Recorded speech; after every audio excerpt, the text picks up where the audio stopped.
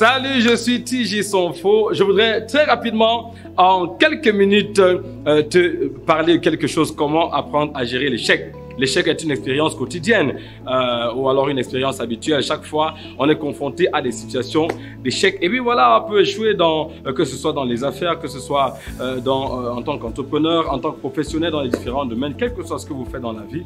Voilà, vous pourrez de temps en temps expérimenter l'échec. Mais quand vous avez expérimenté l'échec, qu'est-ce que vous faites?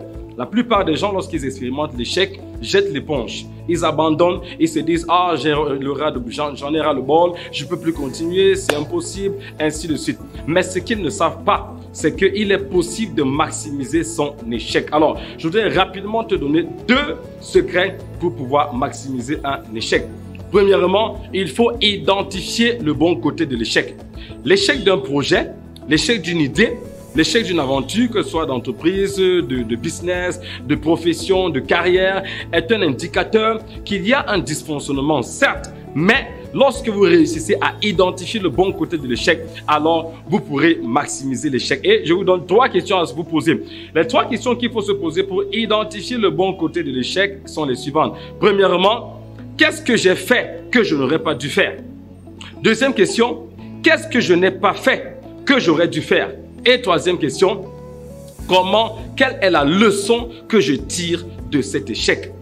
Alors, il ne faut jamais laisser passer vos échecs. Ne subissez pas vos échecs. Non, utilisez vos échecs pour pouvoir passer à l'étape suivante. En faisant quoi? Premièrement, il faut identifier le bon côté de l'échec. La deuxième chose à faire, c'est de canaliser le bon côté de l'échec.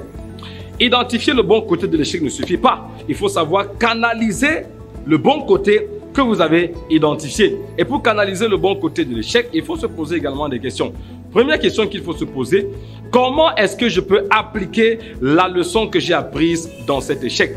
La deuxième question, c'est dans quel domaine est-ce que je peux appliquer la leçon que j'ai apprise dans cet échec? Et la dernière question, comment est-ce que je peux appliquer la leçon que j'ai apprise? Donc, voilà quelques questions à se poser pour pouvoir canaliser le bon côté de l'échec. Alors, ne laissez pas le mauvais côté de l'échec vous détruire ou bien ralentir votre élan. Vous avez beaucoup de choses accomplir, vous avez de grandes choses accomplir, quel que soit le nombre d'échecs que vous avez essuyés. Je finis en disant ceci, le succès est un jeu de nombres. Donc, plus vous avez eu des échecs, plus il sera facile pour vous d'atteindre le succès. Si et seulement si vous savez comment maximiser vos échecs. Alors, c'est tout simplement un extrait d'un module à l'Université de la Liberté Financière. Donc, retrouvez l'intégralité de ce module sur notre plateforme digitale, l'application web ulif.app que nous avons créé et au travers desquels des millions de personnes peuvent être éduquées. Donc, abonnez-vous sur le lien qui est tout simplement là au bas de la page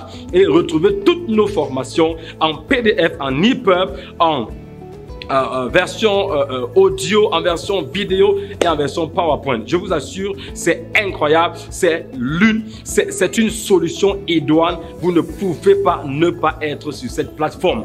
Université de la Liberté Financière ulif.app, je vous attends là-bas et vous aurez tous ces cours en toutes ces versions. L'abonnement annuel, je dis bien annuel, est de 10 000 francs CFA. Ça, on le dit par haute voix. Whatever happens, always remember you are a champion.